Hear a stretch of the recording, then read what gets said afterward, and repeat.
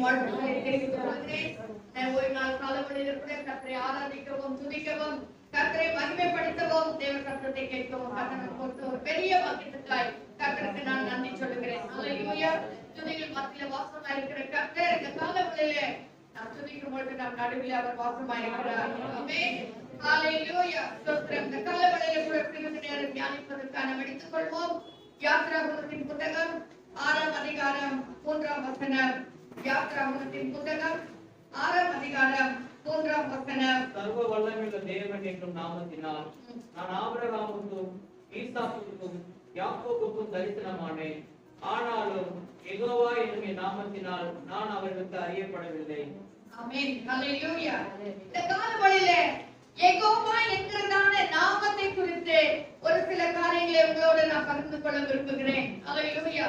ஸ்தோத்திரம். மோசே இடத்துல சொல்லுகிறார், என்னுடைய நாமம் யெகோவா, என்னுடைய நாமம் யெகோவா, என்னுடைய பெயர் யெகோவா என்று சொல்லி சொல்லுகிறார். யெகோவா என்பது ஒரு ஹெப்ரேய மொழியில சொல்லப்படுகிறதான ஒரு வார்த்தை. இந்த வார்த்தையுடைய அர்த்தம் என்னவென்று சொன்னால் அவர் செல்ஃப் எக்ஸிஸ்டன்ஸ். யெகோவா என்று சொன்னால் அவர் இருந்தவர், அவரை யாரும் உருவாக்கவில்லை, அவரை யாரும் இங்கு கொண்டு வந்து நிறுத்தவில்லை, அவர் ஆரம்பத்திலிருந்தே இருக்கிறவர். ஆதியாகமம் 1ஆம் அதிகாரத்தில் வாசிக்கிறோம், ஆதியிலே தேவன் வானத்தையும் பூமியையும் சிருஷ்டித்தார். அப்படின்ற அந்த வானமும் பூமியையும் சிருஷ்டிப்பதற்கு முன்பதாகவே என் தேவனாகிய கர்த்தர், யெகோவா தேவனாகிய கர்த்தர் அவர் இருந்தார். ஹalleluya. ஹalleluya. ஸ்தோத்திரம். இந்த சிருஷ்டிப்புக்கு முன்பதாகவே அவர் இருந்தார். ஹalleluya. அவர் நிரந்தரமானவர். He is the God of eternal. அவருக்கு எந்த விதமான முடிவும் கிடையாது, எந்த விதமான ஆரம்பமும் கிடையாது. அவர் இருக்கிறவராகவே இருக்கிறதான கர்த்தர். ஹalleluya. ஹalleluya. ஸ்தோத்திரம். ஆதியாகமம் 1ஆம் வசனத்தில் வாசித்தோம். அதே யோவான் 1ஆம் அதிகாரம் 1ஆம் வசனத்தில் வாசிக்கிறோம். என்ன வாசிக்கிறோம்? எல்லாருக்கும் தெரிந்ததான வசனம். ஆதியிலே வார்த்தை இருந்தது, அந்த வார்த்தை தேவனிடத்தில் இருந்தது, அந்த வார்த்தை தேவனாகவே இருந்தது. சோ ஆதியிலே வார்த்தை இருந்தது, அந்த வார்த்தை தான் மாமிசமாகி நமக்குள்ளே வாசம் பண்ணினார் என்று யோவான் 1ஆம் அதிகாரம் 14ஆம் வசனத்தில் வாசிக்கிறோம். அப்படி என்றால் என் தேவனாகிய கர்த்தர், யெகோவா தேவனாகிய கர்த்தர், அவரை ஆராதிக்கிற உங்களுடைய தேவனாகிய கர்த்தர், அவரை தொழுது கொள்ளும்படி வந்திருக்கிற உங்களுடைய தேவனாகிய கர்த்தர், அவர் ஆதியிலிருந்து இருக்கிறவராய் இருக்கிறார். ஹalleluya. வாசிங்க ஏசாயாவின் புத்தகம் 26ஆம் அதிகாரம் 4ஆம் வசனம். ஏசாயா 26:4. கர்த்தரை என்றென்றைக்கும் நம்புங்கள். கர்த்தராகிய யெகோவா நித்திய கன்மலையாய் இருக்கிறார். கர்த்தராகிய யெகோவா நித்திய கன்மலையாய் இருக்கிறார். கர்த்தராகிய யெகோவா, அவருடைய நாமம் யெகோவா மாத்திரமல்ல, கர்த்தராகிய யெகோவா. கர்த்தர் என்று சொன்னால் என்ன? அவர் அண்ட சராசரத்தை உண்டாக்கினவர். அவர்தான் இந்த உலகத்துடைய owner. He is the ruler, he is the creator, he is the master. ஆமென். இவ்வளவற்றையும் சிருஷ்டித்தவர் தான் அந்த யெகோவா தேவனாகிய கர்த்தர். எடுத்துக்கொள்ளுங்க ஏசாயாவின் புத்தகம் 6ஆம் அதிகாரம் 1லிருந்து ஒரு சில வசனங்களை வாசிக்க போகிறோம். ஏசாயாவின் புத்தகம்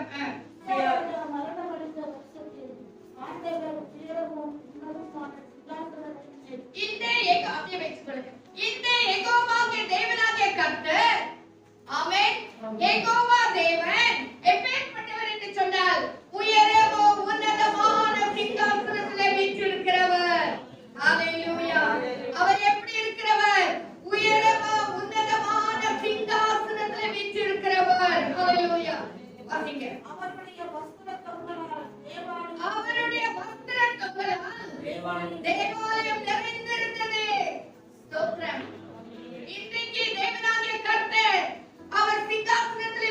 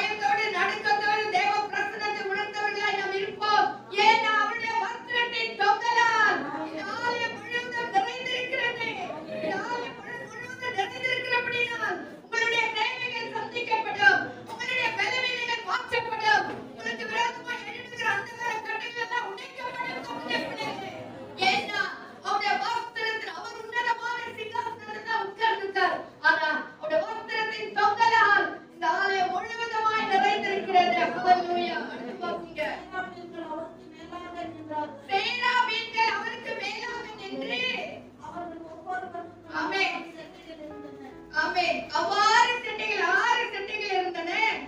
அவன் 2 சட்டைகளால் தன் முகத்தை மூடி 2 சட்டைகளால் தன் முகத்தை மூடி சட்டைகளால் தன் கால்களை மூடி ஆண்டவரே சேராமின்கள் தான். ஆனா எங்களுடைய கண்களால் உம்மை பார்க்க முடியாதையா. ஆமென்.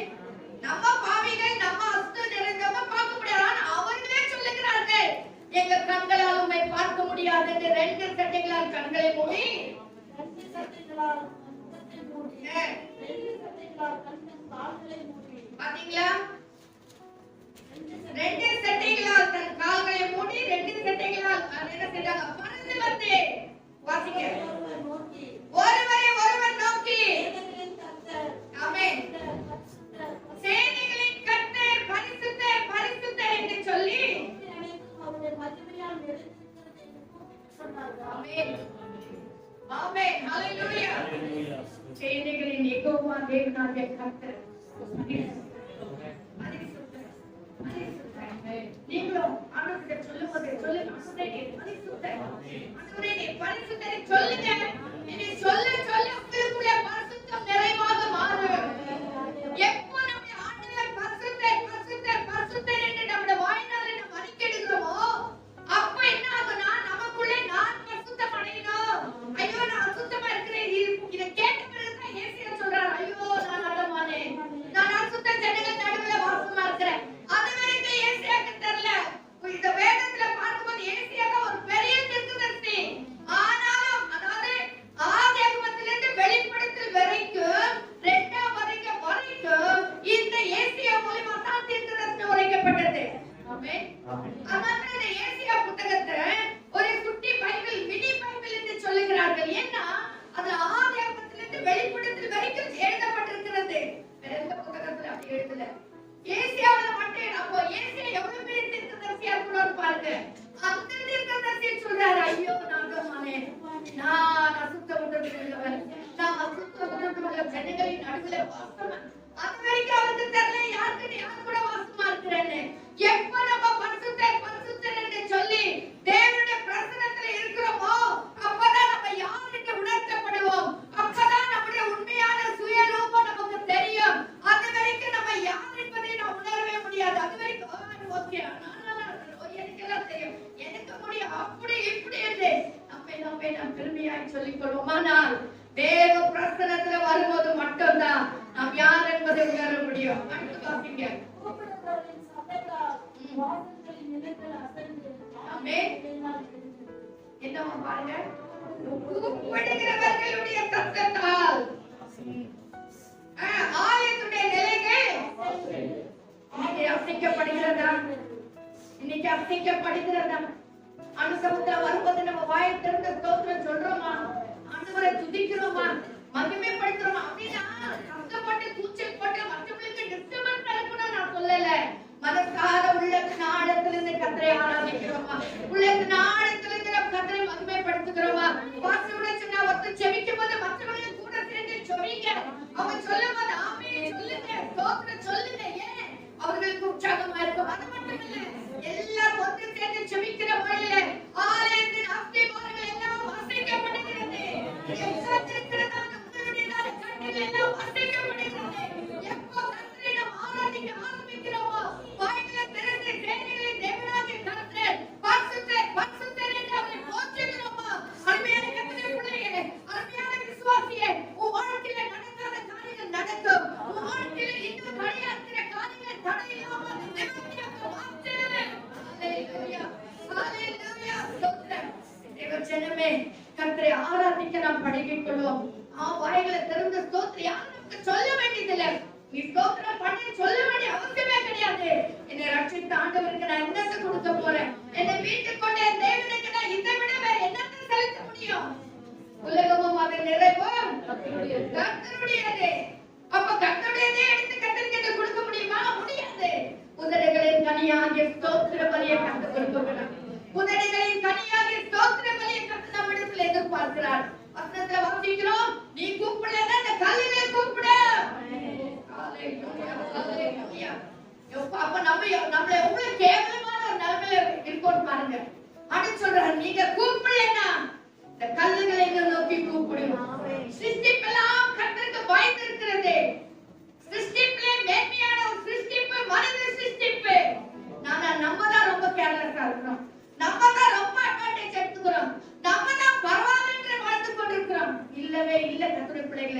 இன்னைக்கு ஆண்டவர் சமூகத்துல வரும்போது சேனைகளின் தேவனாகிய கர்த்தர் பரிசுத்தர் பரிசுத்தர் என்று போற்றப்பட்டே எல்லா அஸ்திபாரங்களும் வார்த்தைய ஹalleluya மீண்டும் அந்த வசனத்தை வாசிங்க. 4ஆம் வசனம். கூப்பிடுகிறவர்களின் சத்தத்தால் வாசல்களின் நிலங்கள் அசைந்து ஆலயம் புகையினால் நிறைந்தது. ஆமென். பவுலும் சீலாவும் சிறைச்சாலையிலே இருக்கும் பொழுது அவர்கள் கூப்பிட்டார்கள், அவர்கள் ஜெபித்தார்கள், சிறைச்சாலையின் அஸ்திபாரங்கள் அசைந்தனவா? அப்ப வசனம் சும்மாவா சொல்லப்படுகிறது? கர்த்தருடைய பிள்ளைகளே, உங்க வீட்ல நீங்க ஜெபிங்க. ஜெபிக்கிற வேளையில, ஆராதிக்கிற வேளையில உங்க வீட்டை சுற்றி இருக்கிற அந்தகார கட்டுகள் எல்லாம் ஓடும், அசுத்த கிரியைகள் எல்லாம் ஓடும். ஹalleluya. நீங்க இன்னொரு ரொம்ப பக்தி மாதிரி ரொம்ப சைலண்டா ஜெபம் பண்ணி யாராவது ஜெபம் பண்ண அப்படி இருந்தீங்களா? நடக்காது. நீங்க தேவ சமூகத்துல உட்கார்ந்து ஜெபிக்க ஆரம்பிங்க. தேவனை நோக்கி கூப்பிட ஆரம்பிங்க. உங்க இருதயத்துல எழுப்புகிற எந்த ஆயுதம் வாய்க்காமல் இருக்கும். ஆமென். ஹalleluya. ஹalleluya. ஓ யாவிட்ட ஒண்ணானுங்க இல்ல பிசாசு வாசல் படியிலே படுத்துட்டு இருக்கான்.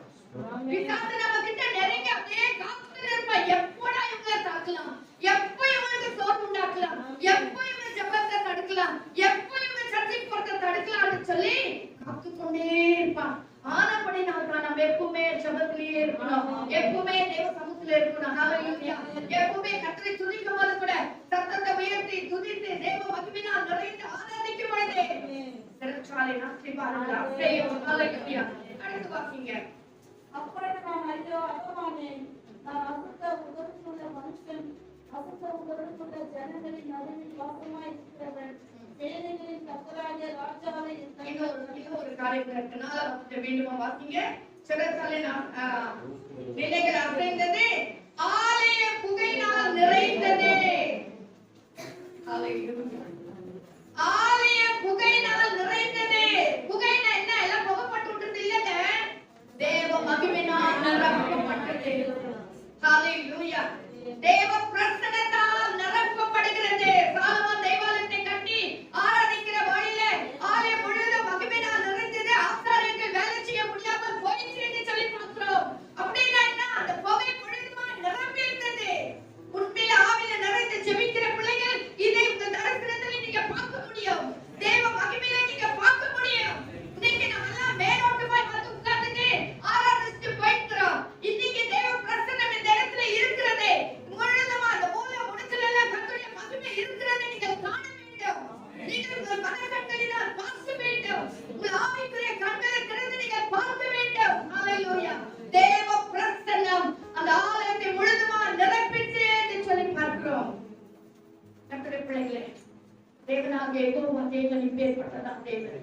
அவர் சிங்காசனத்தில் உட்கார்ந்து உயரமான உன்னதமான சிங்காசனம் உட்கார்ந்து இருக்கிறார். அவருடைய வஸ்திரத்தின் தொங்கலால் ஆலயம் முழுவதும் நிரம்பிச்சு சேராமீன்கள் அவரை நோக்கி பரிசுத்தர் பரிசுத்தர் என்று கூப்பிடப்படுகிறார்கள். கூப்பிடுகிற வழியிலே ஓ ஸ்தோத்திரம், அஸ்திபாரம், அந்த ஆலயத்தின் அஸ்திபாரம் எல்லாம் அசைந்தது. ஆலயம் புகையினால் நிரப்பப்பட்டது. அதுக்கப்புறம் தான் சத்தத்தை கேட்கிறோம். அதுக்கப்புறம் தான் சத்தத்தை நம்மளுக்கு அடிச்சுலமா போய் உட்கார்ந்தோடனே கண்ணாயினோட பேசினாங்க. உங்களுக்கு ஜெபிக்கவே இல்லை, முடியல.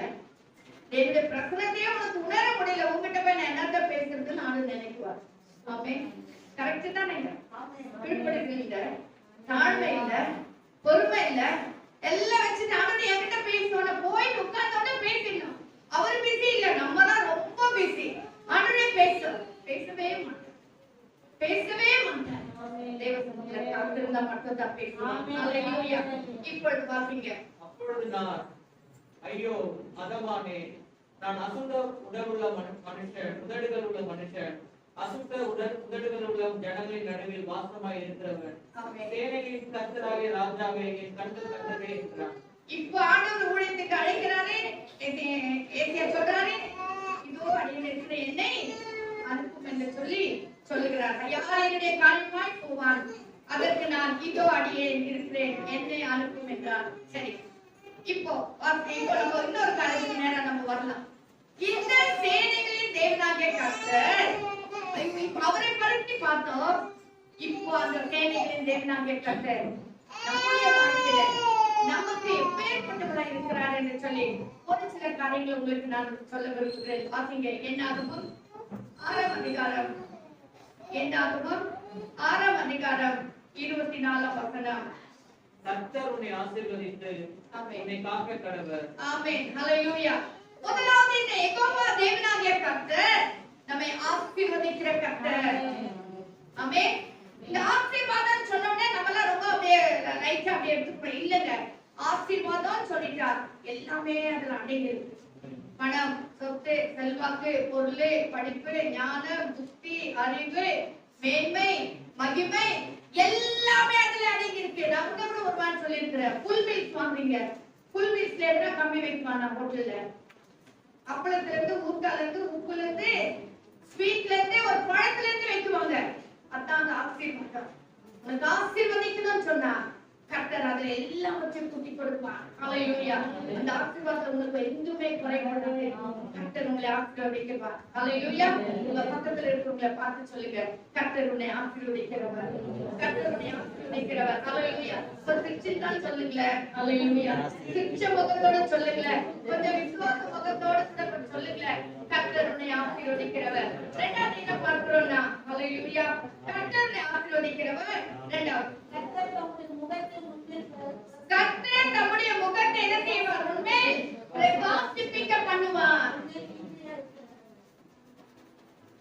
கர்த்தர் தம்முடைய முகத்தை உண்மையில் பிரகாசிப்பிக்க. இஸ்ரவேல் ஜனங்களுக்கு இந்த ஆசீர்வாதத்தை கொடுக்கும்படி கர்த்தர் சொன்னார், யோசுவாவிலே சொன்னார். கர்த்தர் சொல்லுங்க, கர்த்தருடைய மகிமை உன் முகத்துல பிரகாசிப்பிக்கும். நான் கஷ்டப்படுறேன், நான் நல்லவே இல்லை, என் மூக்கு நல்லா இல்ல, கண்ணு நல்லா இல்லைங்க, அது அல்லங்க இந்த உலகத்துல இருக்கிற வரைக்கும். ஆனா அதுக்கு மேலாக, அதுக்கு மேலாக, உன் கலருக்கு மேலாக, உன் அழகுக்கு மேலாக, நம்ம என்னதான் பேரன்லோங்க அந்த கிரீம் இந்த கிரீம் என்ன போட்டாலும் ஒண்ணு நடக்கிறது இல்லைங்க. அதுக்கு மேலாக, அதுக்கு மேலாக நீங்க என்னென்னலாம் யூஸ் பண்றீங்களோ அதுக்கு மேலாக கர்த்தருடைய முகம் மேல பிரகாசிக்கிறது. கர்த்தருடைய முகம் மேல பிரகாசிக்கிறது. கர்த்தருடைய மகிமை முகத்திலே பிரகாசிக்கிறது. நிறைய பேரை நான் பார்த்திருக்கிறேன். பார்த்தோன்னே தெரியும் உங்க கர்த்தருடைய பிள்ளை, பார்த்தோன்னே தெரியும் உங்க அதிகமா ஜெபிக்கிறவங்க, பார்த்தோன்னே தெரியும் இவங்க நல்ல ஒரு விசுவாசின்னு தெரியும். அந்த முகத்திலே கர்த்தருடைய மகிமை பிரகாசமா இருக்கிறபடினால்தான் அப்படி நம்ம எல்லாரும் புரிந்து கொள்ள முடியும். மோசே சீனாய் மலையில இருந்து வரும்போது இஸ்ரவேல் ஜனங்கள், நானும் முகத்தை பார்க்க முடியலப்பா, முகத்தை முக்காடு போட்டுக்கோ, மூடிக்கோ, எங்களால பார்க்க முடியல, ஏன்னா உன் முகம் அவ்வளவு பிரகாசமா இருக்கு. ஹalleluya. எனக்கு நல்ல ஞாபகம் இருக்கு, நான் எத்தனையோ வருஷத்துக்கு முன்னால அல்சூர்ல ஒரு மீட்டிங் நடந்துச்சு. அந்த மீட்டிங்க்கு எங்கேயோ அழைச்சிருந்தாங்க. நான் ஸ்டேஜ் மேல தான் இருந்தேன், நானும் பாஸ்டரும். அப்போ நான்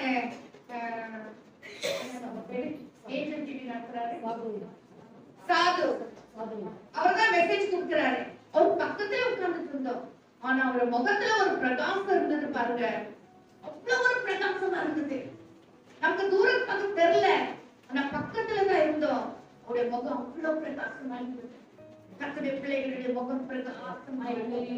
ஹalleluya. கர்த்தருடைய மகிமை அவருடைய முகத்துல அப்படியே காணப்படும். ஹalleluya. கர்த்தருடைய பிள்ளைகளே, உன் முகத்துல கர்த்தருடைய பிரகாசம் இருக்க வேண்டும். கர்த்தர் சொல்றாரு, ஆசீர்வதிக்க சொல்றாரு. கர்த்தர் பாத்தீங்க, கர்த்தர் தம்முடைய முகத்தை உன்மேல் பிரகாசிக்க பண்ணி, கர்த்தர் தம்முடைய முகத்தை உன்மேல் பிரகாசிப்பிக்க பண்ணி உன்மேல் கிருபையாய் இருப்பாராக. ஹalleluya.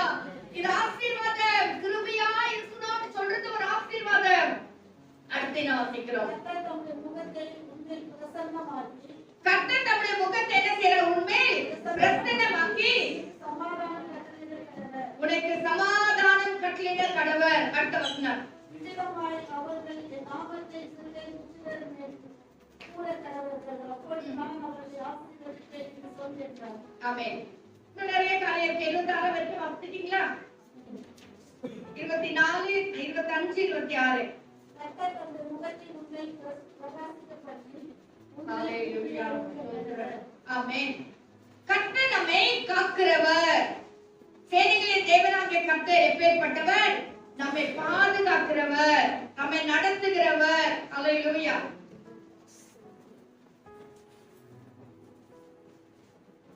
நீ ஆரோனோடும் அவன் குமாரரோடும் சொல்ல வேண்டியது என்னவென்றால், நீங்கள் இஸ்ரவேல் புத்திரரை ஆசீர்வதிக்கும் போது அவர்களை பார்த்து சொல்ல வேண்டியது என்னவென்றால், கர்த்தர் உன்னை ஆசீர்வதித்து உன்னை காக்க கடவர். கர்த்தர் நம்மை ஆசீர்வதித்து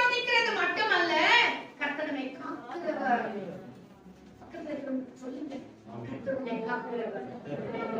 அந்த வார்த்தை சொல்லும்போதே சொல்லியே சொல்லியே கர்த்தர் உன்னை காக்கிறவர். பாருங்க, கர்த்தர் நம்மை காப்பாற்றுகிறவர், கர்த்தர் நம்மை காக்கிறவர். ஹல்லேலூயா. அடுத்து வாசிக்கிறோம். கர்த்தர் தம்முடைய முகத்தை உன்மேல் பிரகாசிப்பிக்க பண்ணி உன்மேல் கிருபையாய் இருக்க கடவர். கர்த்தர் தம்முடைய முகத்தை உன்மேல் பிரசன்னமாக்கி, பாருங்க, பிரகாசிப்பிக்கிறது வேற, பிரசன்னமாக்குறது வேற. உனக்கு சமாதானத்தை கட்டளையிடுவாராக. ஹல்லேலூயா. அவர் சமாதானத்தை கொடுக்கிறார். ஆமென். ஹல்லேலூயா. இவ்வளவு நேரம் நாம் பார்த்தது யெகோவா தேவனுடைய காக்கிறவர், அவருடைய காக்கிறவர், அவருடைய ஆசீர்வதிக்கிறவர், அவருடைய முகத்தை உண்மையில் பிரகாசிக்க பண்ணுகிறவர். ஹல்லேலூயா. பாத்தீங்க, இந்த யெகோவா தேவனை குறித்து இந்த இவ்வளவு நேரம் நம்ம பார்த்ததானே இந்த யெகோவா தேவனை குறித்து ஒரு ஒரு புதிய பாட்டுல ஒருவர் வழியை ஆயத்தம் பண்ணபடி வந்தார். யார் அவர்? யோவான் ஸ்நானகன். ஹல்லேலூயா. வாசிங்க, மத்தேயு 3ஆம் அதிகாரம் 2-3 வசனங்கள். மத்தேயு 3ஆம் அதிகாரம் 2-3 வசனங்கள். பரலோகராஜ்யம் சமீபித்திருக்கிறது என்று பிரசங்கம் பண்ணினார். கர்த்தருக்கு வழியை ஆயத்தப்படுத்துங்கள், அவருக்கு பாதையிலே செவை பண்ணுங்கள் என்று வனாந்தரத்திலே கூப்பிடுகிறவனுடைய சத்தம் உண்டு என்று ஏசாயா தீர்க்கதரிசியினால் சொல்லப்பட்டவன் இவனே. ஆமென். ஸ்தோத்திரம். ஏசாயா தீர்க்கதரிசியினால் சொல்லப்பட்டவன் இவனே. யார் அவர்? யோவான் ஸ்நானகன். அவர் என்ன செய்கிறார் என்று சொன்னால், கர்த்தருக்கு வழியை ஆயத்தப்படுத்துங்கள். 2ஆம் வசனம் வாசிங்க. மனம் திரும்புங்கள், பரலோக ராஜ்யம் சமீபித்திருக்கிறது என்று பிரசங்கம் பண்ணினான். இப்போ இந்த யெகோவா தேவனாகிய கர்த்தர் சர்வ வல்லமையுள்ள தேவன். அவர் சர்வ சிருஷ்டியா இருக்கிறார், சர்வ வியாபியா இருக்கிறார். அவர் இருக்கிறவராகவே இருக்கிறவராகவே இருக்கிறார். அவர் ஆதியிலே இருந்தவர். வானத்தை பூமியை சிருஷ்டிப்பதற்கு முன்பதாகவே இருந்ததான கர்த்தர். அவரை தொழுது கொள்கிறதான கர்த்தருடைய பிள்ளைகளாகிய நாம் இந்த காலவழியிலே யோவான் ஸ்நானகன் வந்து அவருக்கு பாதையை ஆயத்தப்படுத்துங்கள், மனம் திரும்புங்கள், பரலோக ராஜ்யம் சமீபித்திருக்கிறது என்று சொல்லி பிரசங்கித்த வண்ணமா இந்த காலவழியிலே ஆவியானவர் நம்மோடு இடைப்படுகிறார். இந்த ஆவியானவர் சொல்லுகிற காரியம் என்ன தெரியுமா? மனம் திரும்புங்கள், பரலோக ராஜ்யம் சமீபித்திருக்கிறது. என்ன பாசமா இப்ப போய் சொல்லியிருக்கிறேன், நாங்கெல்லாம் மனம் திரும்பி 10 வருஷம் 20 30 50 வருஷம் கூட ஆயிடுச்சு பாசமா. என்ன இப்ப போய் சொல்றீங்க? நம்மெல்லாம் மனம் திரும்பினவர்கள் தான். ஆமென். ஆனா டெய்லி நம்ம வாழ்க்கையில கொஞ்சமா நாம் திருந்த வேண்டும், கொஞ்சமா மனம் திறக்க வேண்டும். ஹல்லேலூயா. மனம் திரும்புங்கள், பரலோக ராஜ்யம் சமீபத்திருக்கிறது. ஏன் நம்ம மனம் திரும்பணும்? பரலோக ராஜ்யம் சமீபமா இருக்கிறது. ஏன் நாம் ஆராதிக்கணும்? பரலோக ராஜ்யம் சமீபமா இருக்கு. ஏன் நாம் பரிசுத்தத்தை காத்துக்கொள்ள வேண்டும்? பரலோக ராஜ்யம் சமீபமா இருக்கு. ஏன் நாம் ஜெபத்திலே தரித்திருக்க வேண்டும்? பரலோக ராஜ்யம் சமீபமா இருக்கு. ஏன் ஆண்டவருக்கு முன்பதாக நாம் தாழ்மைப்பட வேண்டும்? பரலோக ராஜ்யம் சமீபமா இருக்கிறது. இதோ வாசற்படியிலே நிற்கிறேன் என்று சொல்லுகிறார். ஹல்லேலூயா. வாசற்படியிலே நிற்கிறவர் உள்ள வரதுக்கு எவ்வளவு நேரம் ஆகும்? ஆண்டவர் நமக்காக எல்லாரும் மனம் திரும்ப வேண்டும் என்று சொல்லி அவர் வருகை தாமதித்துக் கொண்டிருக்கிறார் என்று சொல்லி பேதுருவிலே நாம் வாசிக்கிறோம். கர்த்தருடைய பிள்ளைகளே, இந்த காலவழியிலே இந்த யெகோவா தேவனாகிய கர்த்தர் சீக்கிரமா இந்த உலகத்திலே வருகிறவராய் இருக்கிறார். இந்த உலகத்திலே வந்து கர்த்தருடைய பிள்ளைகளை சேர்த்துக் கொள்ளும்படியாய், தம்முடைய ராஜ்யத்திலே நம்ம எடுத்துக்கொண்டு போகும்படியாய் நமக்காக கர்த்தர் வீட்டை ஆயத்தம் பண்ணி கொண்டிருக்கிறார். நமக்கு எல்லாருக்கும் நல்லா தெரியும். ஹல்லேலூயா. ஹல்லேலூயா. கர்த்தருடைய பிள்ளைகளே, அதில் நாம் பிரவேசிக்க வேண்டும். அதிலே போய் நாம் அதை சுதந்திரித்துக் கொள்ள வேண்டுமானால் நாம் மனம் திரும்ப வேண்டும். ஹல்லேலூயா. பாத்தீங்க, யோவேலின் புத்தகத்தை நாம் எல்லாரும் எடுத்துக்கொள்வோம். யோவேலின் புத்தகம், யோவேல் 1ஆம் அதிகாரம் 14ஆம் வசனம். பரிசுத்த உபவாச நாளை நியமியுங்கள், விசேஷித்த ஆசரிப்பை கூறுங்கள், மூப்பரையும் தேசத்தின் எல்லா குடிகளையும் உங்கள் தேவனாகிய கர்த்தரின் ஆலயத்திலே கூடி வர செய்து கர்த்தரை நோக்கி கூப்பிடுங்கள். ஹல்லேலூயா. இங்க என்ன வாசிக்கிறோம்? அதாவது யெகோவா தேவன் கர்த்தர். ஆரம்பத்துல நம்ம பார்த்தோம் இல்லைங்களா? யெகோவா கர்த்தர், யாவே எல்லாமே ஒரே அர்த்தமுள்ளதான வார்த்தை. இந்த யெகோவா தேவன் ஆண்டவர் சொல்றார், வருகை சீக்கிரமா இருக்கிறபடினால் என்ன செய்ய வேண்டும்? பரிசுத்த உபவாச நாளை நியமியுங்கள்.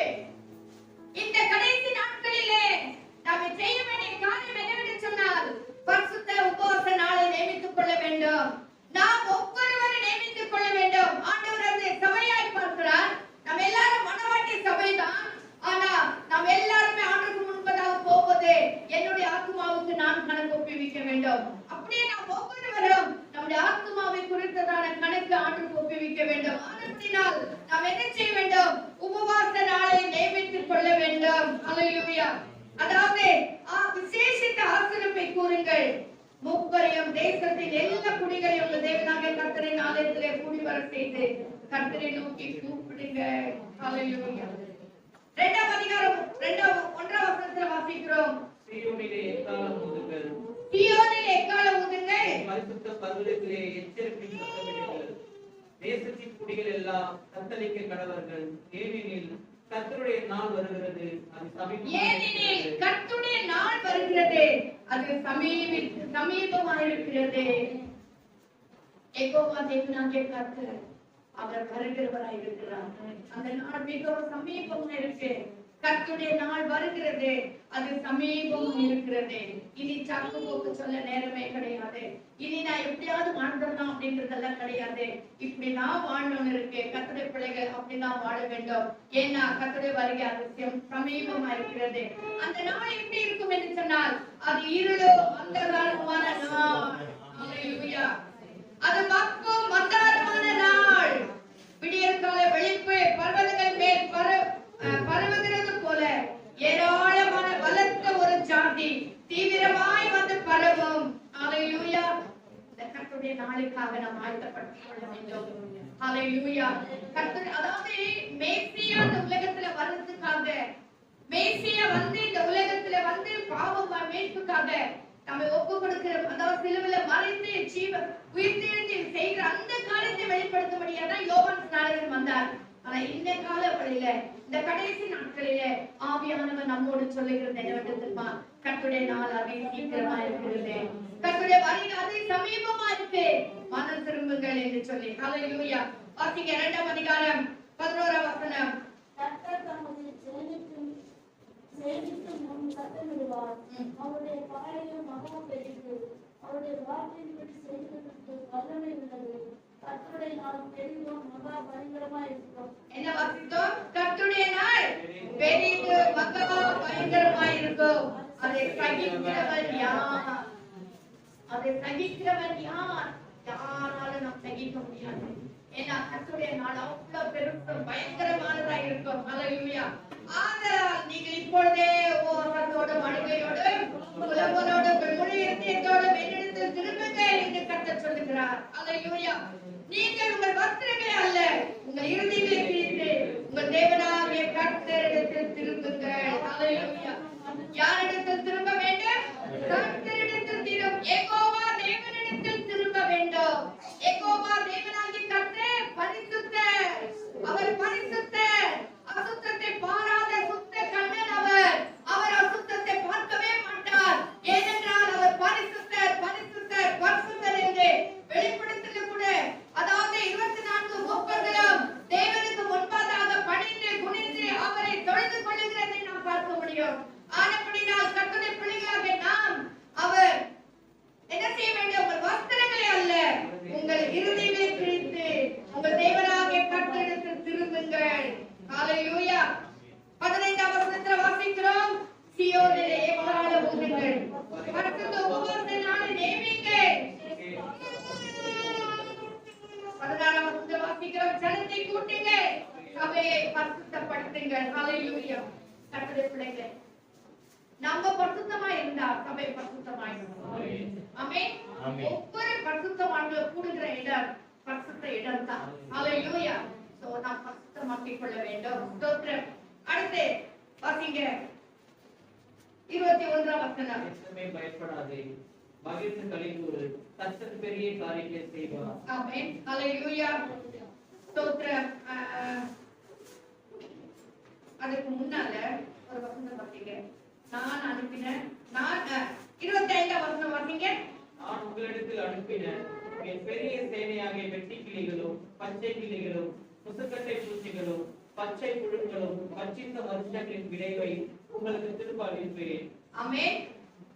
கர்த்தர் என்ன சொல்றாருன்னா, நான் உங்களிடத்தில் அனுப்பின பெரிய சேனையாகிய வெட்டி கிளிகளும் பச்சை கிளிகளும் முசுக்கட்டை பூச்சிகளும், அதாவது எப்போ கர்த்தருடைய பிள்ளைகள் கர்த்தரை விட்டு தூரம் போகிறார்களோ, காரியங்களை கர்த்தரே அனுமதிக்கிறார். அல்லேலூயா.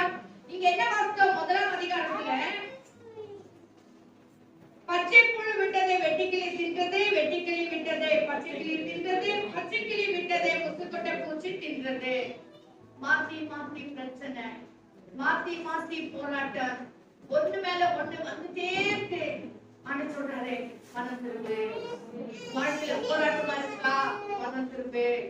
எங்க நீ கீழ்ப்படியாம போயிருக்கிற, எங்க கத்துக்க வார்த்தையை கேட்காம போயிருக்கிறேன்னு நம்ம மனம் திரும்ப வேண்டும். நான் ஆனப்படினால நீ எப்ப மனம் திரும்பி உபவாசனால நியமிச்சு உன் வஸ்திரங்களை அல்ல உன் இருதயத்தை கிழித்து தேவசமத்துல செபிக்க ஆரம்பிக்கிறோமோ அப்பொழுது கர்த்தர் சொல்றாரு, நான் உங்களிடத்தில் அனுப்பின பெரிய சேனையாக வெட்டி கிளிகளும் பச்சை கிளிகளும் முசுக்கொட்டை பூச்சிகளும் பச்சை புழுக்களும் பட்சித்த வருஷத்தின் விளைவை உங்களுக்கு திரும்ப அளிப்பேன். அல்லேலூயா, அல்லேலூயா. ஸ்தோத்திரம். இது சொல்லும்போது நமக்கு ரொம்ப சந்தோஷமா, பரவாயில்லப்பா கர்த்தர் திருப்பி தரேன்னு சொல்லியிருக்கிறாரு. அதுக்கு முன்னால இருக்கிற வசனத்துல நம்ம வாசிக்கணும். எப்போ நம்ம உபவாசித்து செபிக்கும் போது மட்டும்தான் கர்த்தர் திரும்பி கொடுப்பார். அல்லேலூயா. சும்மா சும்மா கர்த்தர் தருவார்னா தரவே மாட்டார். எப்போ நம்ம அர்ப்பணிக்கிறோமோ, எப்போ தேவ சமூகத்துல ஒப்பு கொடுக்கிறோமோ அப்பதான் கர்த்தர் விட்ட ஆசீர்வாதங்களை, எழுந்த ஆசீர்வாதங்களை, அதாவது தொலைத்த நன்மைகளை. ஹல்லேலூயா. 10 வெளிக்காட்டு இருந்தது, ஆனா ஒண்ணு தொலைஞ்சு போயிடுச்சு. எப்போ அதை தேடி கண்டுபிடிக்கணும்னா மனம் திரும்ப வேண்டும். ஹல்லேலூயா. அந்த அம்மா என்ன செய்தாங்க? தொடப்பத்தை எடுத்து எல்லா இடங்களிலும் மூல முடுக்குல எல்லாம் பெருக்கி அதை தேடி கண்டுபிடிச்சாங்க. வாழ்க்கையில எங்க நான் தொலைஞ்சு போயிட்டு இருக்கேன், எங்க நான் குறைஞ்சு போயிட்டு இருக்கேன், எங்க என் பரிசுத்தம் குறைஞ்சிட்டு, எங்க என் பேச்சுல தவறா பண்ணி பேசிருக்கிறேன், எங்க நான் கத்திரிக்க கொடுக்கிற காரியமா இருந்தாலும் சரி, இல்ல எதுவா இருந்தாலும் சரி, வாழ்க்கையில எங்க நான் தொலைச்சிருக்கிறேன், எதை நான் தொலைச்சிருக்கிறேன், நாம் தேடி கண்டுபிடிக்க வேண்டும். தேடும் பொழுது கர்த்தர் நிச்சயம் நமக்கு கொடுப்பார். அல்லேலூயா. ரெட்டிப்பான நன்மைகளை கர்த்தர் தருவார். அல்லேலூயா. அவர் என்ன சொல்கிறாருன்னு சொன்னா, தேசமே பயப்படாதே, தேசமே பயப்படாதே, அருமையான கர்த்தருடைய பிள்ளையே நீ பயப்படாதே. அருமையான தாயே, அருமையான தகப்பனே, சகோதரனே, சகோதரியே நீ பயப்படாதே, மகிழ்ந்து களிப்புறு. ஏன்னா கர்த்தர் பெரிய காரியங்களை செய்வார். எப்போ? உபவாசத்தோடு செபிக்கும் பொழுது, ஆனந்தத்தில் அர்ப்பணிக்கும் பொழுது, தேவ சமூகத்திலே காத்திருக்கும் பொழுது, நம்முடைய வஸ்திரங்கள் அல்ல இருதயங்களை கிழித்து தேவ சமூகத்தில் அர்ப்பணிக்கிற வழியிலே கர்த்தர் பெரிய காரியங்களை செய்வார். கர்த்தர் அதிசயமான காரியங்களை செய்வார். கர்த்தர் பெரிய காரியங்களை செய்கிறவரா இருக்காரு. என்ன வாசிக்கிறோம்? 23 வசனம், சீயோன் குமாரரே, உங்கள் தேவனாகிய கர்த்தருக்குள் மகிழ்ந்து களிக்கூறுங்கள். அவர் தக்கபடி உங்களுக்கு, ஆமென், அவர் தக்கபடி உங்களுக்கு முன்மாறிய பின்மாறிய கர்த்தர் கட்டளையிடுவார். தக்கபடி உனக்கு என்ன வேணுமோ அப்படி, உனக்கு என்ன குறைச்சல் இருக்கோ அதை நிறைவேற்றுவார். எப்ப வேணுமோ அப்ப தருவார். ஆமென். ஹalleluya, ஹalleluya. அடுத்த வருஷத்துக்காக இப்ப நீ கெஞ்சிட்டு இருந்த கர்த்தர் தர மாட்டார். அடுத்த வருஷம் வரும்போது, அடுத்த வருஷம் தான் உனக்கு தேவை, அவர் தக்கபடி உனக்கு பதில் கொடுப்பார். தக்கபடி உன் தேவைகளை சந்திப்பார். தக்கபடி கர்த்தர் உன்னை உயர்த்துவார். ஆமென். கர்த்தர் உன்னை மேன்மையாக வைப்பார். ஆமென். இந்த நேரத்தில் கர்த்தர் உன்னை உயர்த்துவார். ஹalleluya. ஒரு பலத்த கைக்குள்ள அடங்கியிருப்போம். பலத்த கைக்குள்ள அடங்கியிருப்போம்னா என்ன அர்த்தம்? ஜெபத்திலே காத்திருப்போம்.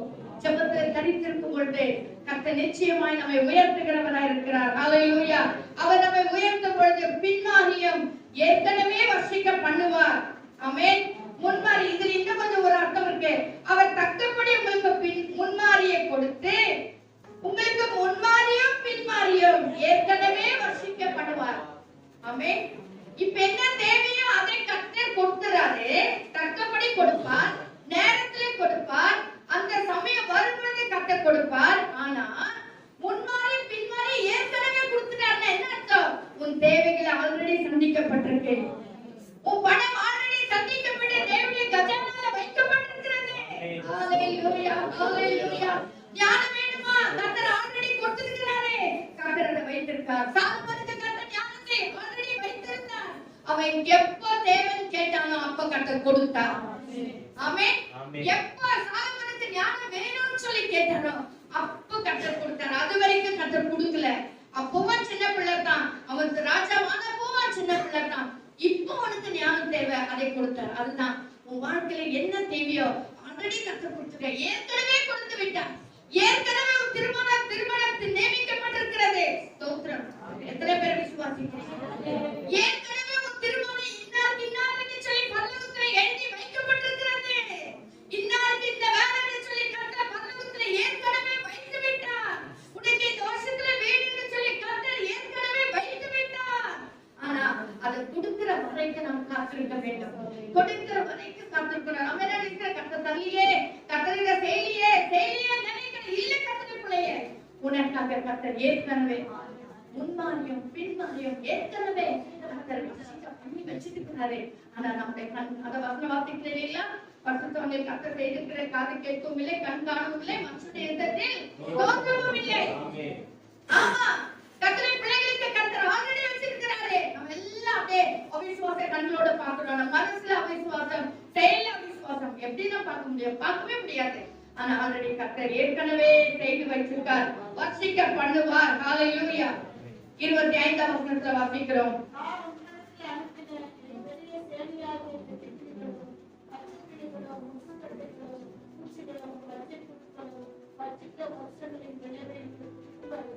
திரும்ப அழைப்பேன். ஹalleluya.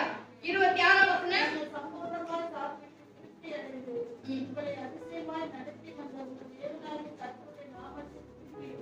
ஆமென். ஹalleluya. வருஷங்களின் விளைவை உங்களுக்கு நான் திரும்ப அளிப்பேன். ஆண்டவர் அளிக்கும் போது நீங்கள் சம்பூர்ணமாய் சாப்பிடுவீர்கள். நீங்கள் சம்பூர்ணமாய் சாப்பிட்டு திருப்தி அடைவீர்கள். இதற்கு எல்லா மூல காரணம் என்ன தெரியுமா? அழுகையோட புலம்பலோட தேவ சமூகத்தில் அர்ப்பணிக்க வேண்டும். மனம் திரும்புங்கள். பரலோக ராஜ்யம் சமீபமா இருக்கிறது. கர்த்தருடைய வருகை அதி சீக்கிரமா இருக்கிறது. ஹalleluya. ஹalleluya. உலகத்துல எந்த பகுதியில என்னன்னா நடக்கட்டும், ஒவ்வொரு கர்த்தருடைய பிள்ளையும் கர்த்தர் பாதுகாத்துக் கொண்டே இருக்கிறார். கர்த்தருடைய பிள்ளைகளை அவர் காத்துக் கொண்டே இருக்கிறார். உண்மையா நம்மை நோக்கி கூப்பிடுகிற பிள்ளைகளுக்கு கர்த்தர் சமீபமா இருக்கிறார். நம்மை தேடுகிற பிள்ளைகளுக்கு கர்த்தர் நெருக்கமாகவே இருக்கிறார். ஹalleluya. நீங்க விசுவாசிக்கிறீங்களா இல்லையோ, நான் சொல்றேன், உங்க பக்கத்துல ஆவியானவர் நெருங்கிக் கொண்டு இருக்கிறார். இந்த இடத்துல ஆவியானவர் உலாவிக் கொண்டு இருக்கிறார். உங்க தேவைகளை சந்திக்க முடியாது. இந்த காலங்களில் ஆவியானவர் வந்துவிட்டார். ஹalleluya.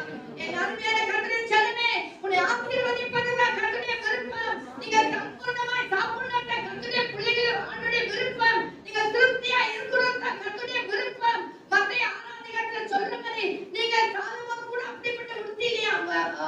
அதாவது என்ன வாசிக்கிறோம்? காட்டு புஷ்பங்கள் கூட அப்படி இல்ல. கர்த்தருடைய உடுத்தணும்னு ஆண்டவர் விரும்புகிறார். கர்த்தருடைய ஆசீர்வதிக்கணும்னு கர்த்தர் விரும்புகிறார். நல்ல துணி போட்டு கர்த்தர் விரும்புகிறார். நல்ல பணத்தோட முடிவுல இருக்கணும். நல்ல பேங்க் பேலன்ஸ் இருக்கணும் கர்த்தர் விரும்புகிறார். நல்ல வீட்டுல ஏசி வீட்டுல இருக்கணும் கர்த்தர் விரும்புகிறார். எந்த குறைவில்லாம நீ ஆசீர்வாதமா இருக்கணும் கர்த்தர் விரும்புகிறார். இதுதான் கர்த்தருடைய பிள்ளைகள் ஆண்டவர் மேல் வைத்த விருப்பம். ஆமென். ஆனா அதற்கு முன்னால நாம் மனம் திரும்ப வேண்டும். நாம் ஆசீர்வாதமாய் மாறணும். நான் உபவாசத்தோட அழுகையோட கர்த்தருடைய சமூகத்துல காத்திருக்க வேண்டும். ஏன்னா அவர் நம்மை ஆசீர்வதிக்கிறவர், காக்கிறவர். யெகோவா தேவன் நம்முடைய முகத்தை நம்மை பிரகாசிப்பிக்க பண்ணுகிறவர். யாரை நாம் சேவித்துக் கொண்டிருக்கிறோம்? யாரை நாம் தொழுது கொண்டிருக்கிறோம்? யெகோவா தேவன். அவர் ஆதியிலிருந்து இருக்கிறவராகவே இருக்கிறார். வானத்தையும் பூமியையும் சிருஷ்டிப்பதற்கு முன்பதாகவே, உன்னையும் என்னையும் சிருஷ்டிப்பதற்கு முன்பதாகவே நம்முடைய சிருஷ்டி கர்த்தாவாகிய தேவன் அவர் இருக்கிறவராகவே இருக்கிறார். நேற்று மிக மாறாதவர். அதே மாறாத தேவன் தான் இந்த காலவெளியில கூட நம் நடுவில் உலாவிக் கொண்டிருக்கிறார். ஹalleluya. ஹalleluya. ஸ்தோத்திரம் ஸ்தோத்திரம். என்ன வாசிக்கிறோம் பாருங்க. நீங்கள் சம்பூர்ணமாய் சாப்பிட்டு திருப்தி அடைந்து உங்களை அதிசயமாய் நடத்தி வந்த உங்கள் தேவனாகிய கர்த்தருடைய நாமத்தை துதிப்பீர்கள். என் ஜனங்கள் ஒருபோதும் வெட்கப்பட்டு போவதில்லை. ஹalleluya. சொல்லுங்க, நான் ஒருபோதும் வெட்கப்பட்டு போக மாட்டேன். சொல்லுங்க, நான் ஒருபோதும் வெட்கப்பட்டு போக மாட்டேன். பக்கத்துல இருக்கிறவங்க கிட்ட சொல்லுங்க, நீங்க ஒருபோதும் வெட்கப்பட்டு போக மாட்டீங்க. ஏன்னா யெகோவா தேவன் உங்கள் நடுவில் இருக்கிறார். யெகோவா தேவன் உங்கள் நடுவில் இருக்கிறார். உங்க குடும்பம் ஒரு நாள் வெட்கப்பட்டு போகாது. நம்முடைய பிள்ளைகளே, ஹalleluya. ஸ்தோத்திரம் ஸ்தோத்திரம். தொடர்ந்து நாம் வாசிக்கும் போது என்ன வாசிக்கிறோம்? நான் இஸ்ரவேலின் நடுவில் இருக்கிறவர் என்றும் நானே உங்கள் தேவனாகிய கர்த்தர், வேறொருவர் இல்லை என்றும் அறிந்து கொள்வீர்கள். ஆமென். ஹalleluya. என் ஜனங்கள் ஒருபோது வெட்கப்பட்டு போவதில்லை. அதுக்கு பிறகு நம்ம வாசிக்கிறோம் பாருங்க, என்ன பாருங்க, கர்த்தர் என்ன சொல்றாரு, என் ஜனங்கள் ஒருபோது வெட்கப்பட்டு போவதில்லை என்று சொல்லிட்டு என்ன சொல்றாரு பாருங்க, மாம்சமான யாவர் மேல் அப்புறமாதாங்க மாம்சமான யாவர் மேல் என்ன செய்வேன், ஆவியை ஊற்றுவேன், என் ஆவியை ஊற்றுவேன். எப்போ? அழுகையோட புலம்பலோட நம்முடைய வஸ்திரங்களால இருதயத்தை கிழித்து தேவ சமூகத்துல காத்திருக்கும் போது மட்டும்தான், தேவ சமூகத்துல ஒப்பு கொடுக்கும் போது மட்டும்தான் என் ஜனத்தின் மேல நான் ஆவியை ஊற்றுவேன். அப்போஸ்தலர் 1 அதிகாரத்துல நம்ம வாசிக்கிறோம், 120 பேர் தேவ மேலாதியில காத்து கொண்டிருந்தாங்க. எத்தனை நாள் காத்திருந்தாங்கன்னு தெரியல, ஆனா ஒண்ணு மட்டும் தெரியும், தேவன் சொன்ன வாக்குத்தத்தத்துக்காய் காத்திருந்தார்கள். காத்திருக்கிற பிள்ளைகள் தான் கழுதை போல சட்டைகளை எடுத்து எழுப்புவார்கள். ஹல்லேலூயா. அவர்கள் ஓடினால் இளைப்பாறுவார்கள், நடந்தால் சொர்க்கம் போவார்கள். காத்திருக்க வேண்டும். காத்திருக்கிற பிள்ளைகளுக்கு தான் சொல்றாரு, நான் மாம்சமான யாவர் மேலே ஆவியை ஊற்றுவேன். ஆவியை ஊற்றினால் மட்டும் போதாது, ஆவியை ஊற்றினால் அங்க ஒரு அற்புதம் நடக்கணும். ஆவியை ஊற்றினால் ஒரு அதிசயம் நடக்கணும். ஆவியை ஊற்றினால் ஒரு மாற்றம் வரணும். ஆவியை ஊற்றினால் ஒரு பெரிய ஒரு கலகலப்பு, ஒரு பெரிய ஒரு என்ன சொல்றது, ஒரு கொண்டாட்டம் நடக்கணுங்க. என்ன கொண்டாட்டம்? உங்கள் குமாரர் உங்கள் குமாரத்திகளும் தீர்க்கதரிசனம் சொல்வார்கள். ஹல்லேலூயா, ஹல்லேலூயா. தீர்க்கதரிசனம் சொல்வார்கள். உங்கள் குமாரர் உங்கள் குமாரத்திகள் வரப்போற காரியத்தை இப்பவே சொல்ல ஆரம்பிக்குவாங்க. வரப்போகிற காரியம் உங்க குடும்பத்துல என்ன நடக்குதோ அதை இப்பொழுதே சொல்ல ஆரம்பிக்குவாங்க. அதுதான் தீர்க்கதரிசனம். வரப்போற காரியங்களை உங்க பிள்ளைகளுக்கு கர்த்தர் வெளிப்படுத்துவார். வரப்போற அப்பா அம்மாக்கு வரப்போற காரியத்தை கர்த்தர் உங்கள் பிள்ளைகள் மூலமாய் வெளிப்படுத்துவார். எப்பொழுது? ஆவி ஊற்றப்படுகிற வழிகள். ஆவி எப்பொழுது ஊற்றப்படும்? நான் மனம் திரும்பி தேவசமுத்திர காத்திருக்கும் பொழுது, உபவாசத்தோடு இருக்கும் பொழுது. ஹல்லேலூயா. நீங்க எத்தனை பேர் அப்படிப்பட்டதான ஆவியுடையவர்களா இருக்கிறோம்? ஆவி பெற்று சும்மா நானும் அபிஷேகம் பண்ணிட்டேன், ஏதோ கை கத்திட்டேன், ஏதோ கத்திட்டேன், ஏதோ அதனால அன்னிபாஷை பேசிக்காது இல்ல. கத்திர பிள்ளைகளே, நம்ம எல்லாரும் வெள்ளிக்கிழமை நாம கேட்டது போல ஆவிக்குரிய வாழ்க்கையில வளர வேண்டும். ஆவிக்குரிய வாழ்க்கையில நம்ம எல்லாரும் முதிர்ச்சி அடைய வேண்டும். இந்த ஆவி ஊற்றப்பட்டால் நாம் தீர்க்கதரிசனம் சொல்வார்கள். உங்கள் மூப்பர் சொப்பனங்களையும் உங்கள் வாலிபர் தரிசனங்களை காண்பார்கள். உங்கள் மூப்பர் சபையில நான் பெரியவன், சபையில நான் மூத்தவன் அப்படின்னு நினைச்சீங்கன்னா உங்களுக்குள்ளே சொப்பனங்கள் காணப்பட வேண்டும். வரப்போற காரியங்களை கர்த்தர் உங்களுக்கு வெளிப்படுத்துவார். சொப்பனங்களையும் உங்கள் வாலிபர் தரிசனங்களையும் காண்பார்கள். வாலிபர்கள் தரிசனங்களை காண வேண்டும். பார்த்து நான் சொல்லல, தரிசனம் நமக்கு என்னென்னவோ இருக்குது. பெரிய வேலையில இருக்கிற மாதிரியும், ரொம்ப பணம் இருக்கிற மாதிரியும், பெரிய நல்லதெல்லாம் இருக்கணும். அதே நேரத்துல குடும்பத்துல என்ன நடக்குது என்பதை நீ பிள்ளைகளுக்கு உன் குடும்பத்துல, அதாவது உன் பண விஷயத்துல, உன் வேலை விஷயத்துல, உன்னுடையதான காரியத்துல என்ன நடக்குது, என்ன நடக்க போகுது என்பதை நீ கண்டிப்பா தரிசனத்திலே பார்க்க வேண்டும். கர்த்தர் அதை கொடுக்கிறவர் இருக்கிறார். ஊழியக்காரர் மேலும் ஊழியக்காரர்கள் மேலும் அந்நாட்களிலே நான் என்ன செய்வேன்? ஊற்றுவேன். எப்பொழுது? உபவாசத்துக்கு தேவசமுத்திர கர்த்தர் தம்முடைய ஆவியை ஊற்றுகிறார். ஊழியக்காரர் மேலும் ஊழியக்காரருக்கு மேல் அந்நாட்களிலே ஆவியை ஊற்றுவேன். ஹல்லேலூயா. அப்பொழுது கர்த்தருடைய நாமத்தை தொழுது கொள்கிறவன் எவனோ அவன் ரட்சிக்கப்படுவான். கர்த்தர் சொன்னபடி சீயோன் பர்வதத்திலும் எருசலேமிலும் கர்த்தர் வரவழைக்கும் மீதியான இருக்கோக்களிடத்திலும் ரட்சிப்பு உண்டாயிருக்கும். இதுவரைக்கும் ரட்சிப்பு இல்லைங்களா? ரட்சிப்பு இருந்தது, கடைசியில ஒரு ரட்சிப்பு இருக்கும். அது கர்த்தருடைய வருகையில் எடுத்துக் கொள்ளப்படும். நாம் ரட்சிக்கப்படுவோம். ஹல்லேலூயா.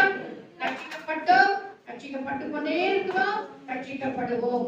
மனம் திரும்பினோம், மனம் திரும்பிக் கொண்டே இருக்கிறோம், மனம் திரும்புவோம். ஹல்லேலூயா. மனம் திரும்புதல் எப்பொழுது பூர்ணமாகும் என்றால் கர்த்தருடைய வருகையில மட்டும்தான் பூர்ணமாகும். அது வரைக்கும் நம்முடைய ரட்சிப்பு நம்மளால என்ன சொல்றது, ஆவிக்குரிய வாழ்க்கை எதுவுமே பூர்ணமாகாது. எல்லாம் ஜஸ்ட் நாம் ஓடுகிறவர்களாகவே இருக்கிறோம். ஓட்ட காலத்துல ஓடிக்கொண்டே இருக்கிறோம். டெய்லி நம்முடைய பிரயாணம் பரலோகத்தை நோக்கி போய்கொண்டே இருக்கிற இஸ்ரவேல் ஜனங்கள் 40 வருஷமாய் கானான் தேசத்துக்குள்ள பிரவேசிக்கணும்னு சொல்லி கர்த்தர் அழைத்தார், முன்குறித்தார், போனாங்க. எல்லாம் கரெக்ட் தான். ஆனா பாதியில வழியில பிரயாணத்திலே எத்தனை பேர் மடிந்து போய்விட்டார்கள், எத்தனை பேர் கானானை பார்க்க முடியாமலே போய்விட்டது. அதுல பிரவேசித்தது 2 பேர் தான். இதை நம்ம எப்பவுமே மனசுல வச்சுக்கணும். கானானுக்குள்ள பிரவேசித்தவர்கள் 2 பேர். யோசுவாவும் காலேபும் மட்டும். ஆரம்பிச்சது எத்தனை பேர்? ஆண்கள் மட்டும் 6 லட்சம் பேர். கர்த்தருக்குள்ளே ஆவிக்குரிய வாழ்க்கை அவ்வளவு ஈஸி கிடையாது. கர்த்தரை பின்பற்றுகிறது என்று சொன்னால் அவ்வளவு ஈஸி கிடையாது. கர்த்தரை பின்பற்றுகிற பிள்ளைகள் முழு உள்ளத்தோட, முழு ஆத்மாவோட, முழு சிந்தையோட கர்த்தரை நாம் பின்பற்ற வேண்டும். முழு பலத்தோடும் கர்த்தரை நாம் பின்பற்ற வேண்டும். நாம் பின்பற்றி ஒவ்வொரு நாளும் ஓட்டக்களத்தில் ஓடிக்கொண்டே இருக்க வேண்டும். அல்லேலூயா. வாசிக்கிறீங்களா? எபிரேயர்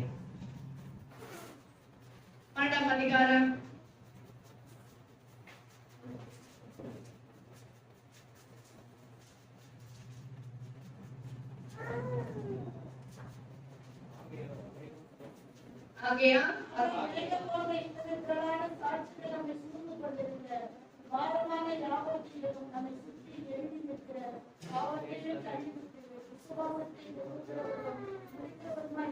விசுவாசத்தை துவக்கிறவரும் முடிக்கிறவருமாயிருக்கிற இயேசுவை நோக்கி ஓட கடவோம்.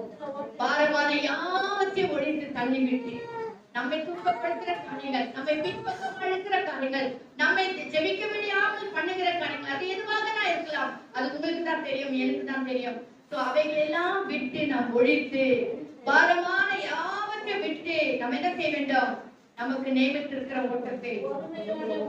கர்த்தருடைய பிள்ளைகள் ஒவ்வொருவருக்கும் ஒரு ஓட்டக்காலம் இருக்கு. ஆமென். ஆமென்ங்களா? ரேஸ்ல போறவங்க, ரன்னிங் ரேஸ்ல போறவங்க, அது எதுவா இருந்தாலும் அவங்களுக்குன்னு ஒரு ட்ராக் இருக்கு. அவர்கள் அந்த ட்ராக்ல போனா தான், ஓடி ஜெயிச்சா தான் அவங்களுக்கு பரிசு. இந்த ட்ராக்கை விட்டு இவங்க ட்ராக்கை விட்டு மாறி ஓடுற ஆத்திரத்துல பக்கத்து ட்ராக்ல ஓடிட்டேன்னு சொன்னா அவங்களுக்கு பரிசு பெறவே முடியாது. அவங்க எந்த விதத்துல பரிசு எதிர்பார்க்க முடியாது. உனக்கு நியமித்திருக்கிற ஓட்டத்துல நீ ஓட வேண்டும். உனக்கு இப்ப வைத்திருக்கிற ஒரு பாதை அதுதான். ஒருவேளை கஷ்டமான பாதையா இருக்கலாம், ஒருவேளை துக்கமான பாதையா இருக்கலாம், ஒருவேளை வேதனையோடு நீங்க ஓடுகிற ஓட்டமா இருக்கலாம். ஆனா கர்த்தர் உங்களுக்கு வைத்த பாதை அதுதான். கர்த்தர் எனக்கு வைத்த பாதை இதுதான். நான் இதுல நான் பொறுமையாய் ஓட வேண்டும். எனக்கு இது வேண்டாம் ஆண்டவரே, நான் கொஞ்சம் அப்படி போறேன் ஆண்டவரே, இப்படி போறேன்னா முடியாது. அதுல வாசிக்கிறோம், நீங்க வலது புறமும் சாயக்கூடாது, இடது புறமும் சாயாமல் வழி இதுவே. ஆமென். வழி இதுவே. உனக்கு வைத்திருக்கிற பாதையில நீ ஓட வேண்டும். கர்த்தருடைய பிள்ளையே, நீ வேற ட்ராக்ல மாறி மாறி ஓடாத. அவங்க போறாங்க பாரு, ஜாலியா போயிருக்கிறாங்க பாரு, அதுல நான் போறேன்னா முடியாது. அது அவங்களுக்கு வச்ச பாதை. இவங்க பாரு என்ன சொகுசா வாழ்ந்துருக்கிறாங்க, நான் இப்படி வாழ்ந்து பாக்குறேன், முடியாது. அது அவங்களுக்கு வச்ச பாதை. உனக்கு வச்சிருக்கிற பாதையில நீ ஓட வேண்டும். அது பிரச்சனையா இருக்கலாம், போராட்டமா இருக்கலாம், சோர்வா இருக்கலாம், துக்கமா இருக்கலாம், என்னடா முன்னேறவே முடியலன்ற ஒரு பாதையா இருக்கலாம். எதுவா இருந்தாலும் கர்த்தர் உனக்கு வச்சிருக்க பாதையில நாம் ஓட வேண்டும். கர்த்தர் ஒவ்வொருவருக்கும் ஒரு பாதையை நியமித்திருக்கார். அதிலே நாம் பொறுமையாய் ஓடுவோம். நிச்சயமாய் கர்த்தர் நம்மை ஆசீர்வதிப்பார். அல்லேலூயா. பவுல் சொன்னது போல, நான் நல்ல போராட்டத்தை போராடினேன், ஓட்டத்தை முடித்தேன், விசுவாசத்தை காத்துக்கொண்டேன். நம்ம எல்லாரும் அப்படி சொல்ல முடியுமா? இவ்வளவு தூரம் நான் ஓடின ஓட்டம், நான் நல்ல போராட்டத்தை தான் போராடி இருக்கிறேன், எனக்கு வைத்த பாதையில தான் நான் ஓடி இருக்கிறேன். நம்ம தைரியமா சொல்ல முடியுமா? பவுல் சொல்றாரு, நான் கிறிஸ்துவை பின்பற்றுகிறது போல நீங்களும் என்னை பின்பற்றுங்கன்னு சொல்றாரு. எவ்வளவு தைரியமா சொல்றாரு பாருங்க. அப்படின்னா அவருக்கு எவ்வளவு ஒரு கான்ஃபிடன்ஸ். நான் கர்த்தருடைய பாதையில தான் நான் போயிருக்கிறேன், நான் கர்த்தரை உண்மையா தான் சேவிச்சிருக்கிறேன், என்னை போல நீங்களும் என் பின்னே என்னை சேவிக்கலன்னு சொல்ற தைரியம் நமக்கு இந்த காலவெளியில வர முடியுமா?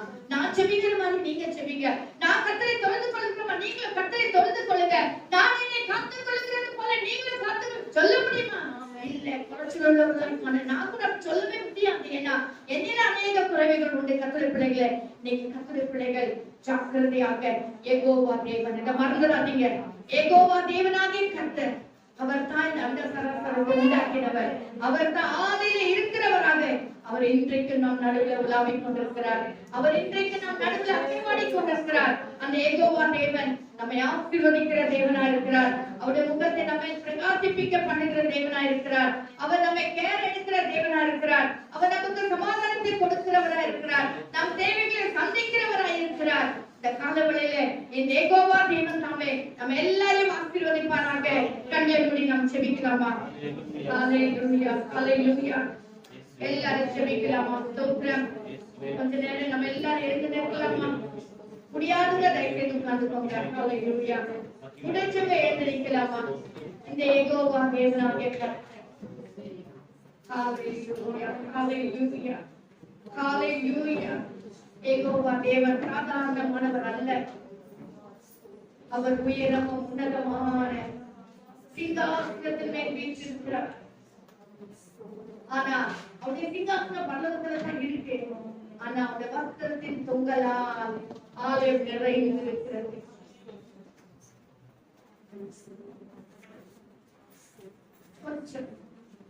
கொஞ்சம் மௌனமா அவருடைய பிரசனத்துல வாங்க. அவருடைய தொங்கலால் இந்த ஆலயம் முழுவதுமா நிரம்பி இருக்கு. தொங்கலால் இந்த ஆலயம் முழுவதும் நிரம்பி இருக்கு.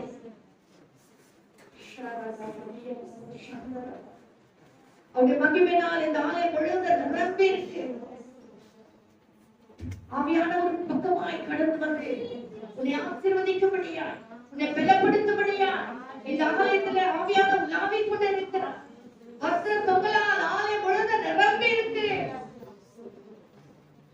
புகைக்காடாய் மாறி இருக்கு. புகைக்காடாய் மாறி இருக்கு. உன் ஆவிக்குரிய கண்களை திறந்து பார். கர்த்தருடைய மகிமை இந்த இடத்துல உலாவிக் கொண்டு இருக்கிறதை பார். தேவ பிரசன்னத்துக்குள்ளே வந்து பார்.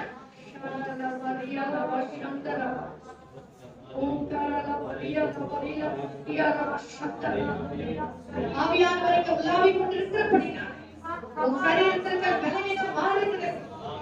உனக்குள்ள இருக்கிற வேதனை மாறுகிறது. சமாதானம் இல்லாம நீங்க ஆலயத்துல வந்துட்ட கர்த்தருடைய காலங்களிலே உனக்கு சமாதானத்தை கொடுக்கும்படியாய் வந்திருக்கிறார்.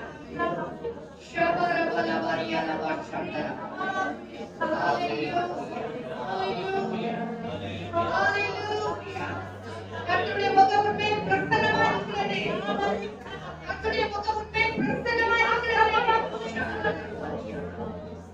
ஆவியானவர் மகிமை வானத்தில் பிரசன்னமா இருக்கிறது. அருமையான தேவ ஜனமே, இஸ்ரவேலே, நீ ஆசீர்வதிப்பது என்னுடைய விருப்பம்.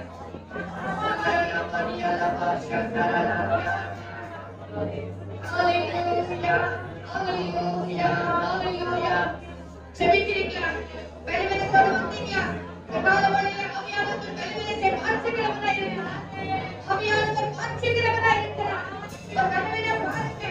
ஓ ஸ்தோத்திரம். அதே போல பிரச்சனையோடு வந்தீங்களா?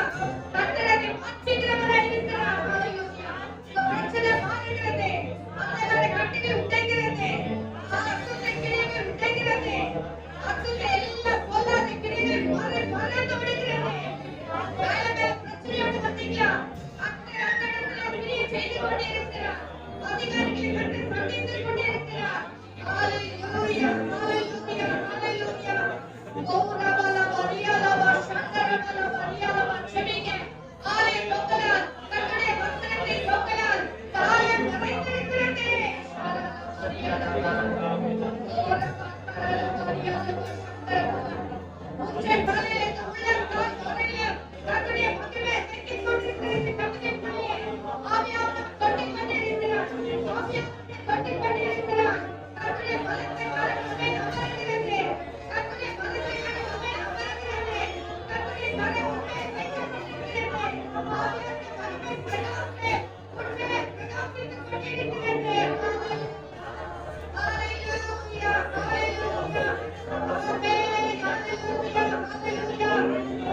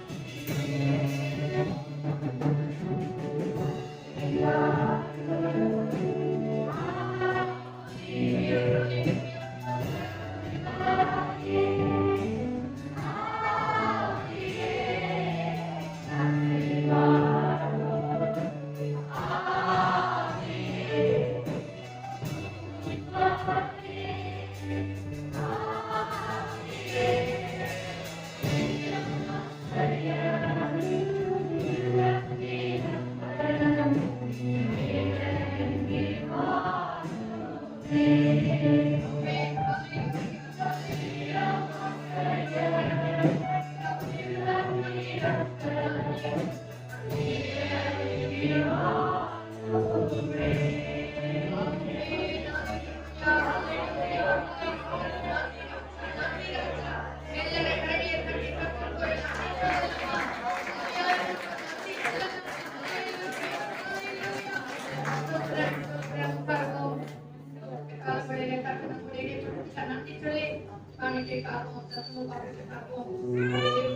பேசுகிறோம்.